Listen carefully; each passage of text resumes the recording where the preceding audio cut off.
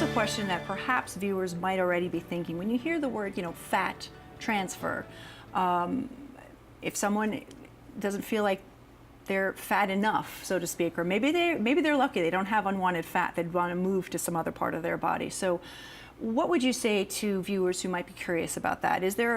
Can you be too thin to have this kind of procedure? How do you gauge that? How do you measure that as physicians? We prefer the fat of the thin patients.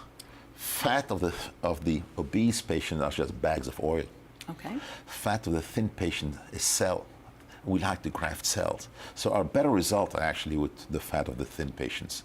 And as Dr. Calva said, we take a thin layer out of a wide area, and we've never turned down a patient for being too thin. Okay. As a matter of fact, there's good science on this.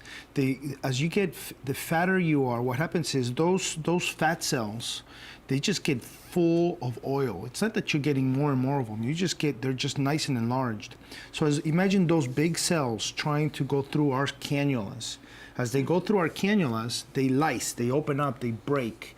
So you can see how when we're taking that fat out on an obese patient, we're gonna have less good fat that's gonna survive. We're gonna have more oil because they break.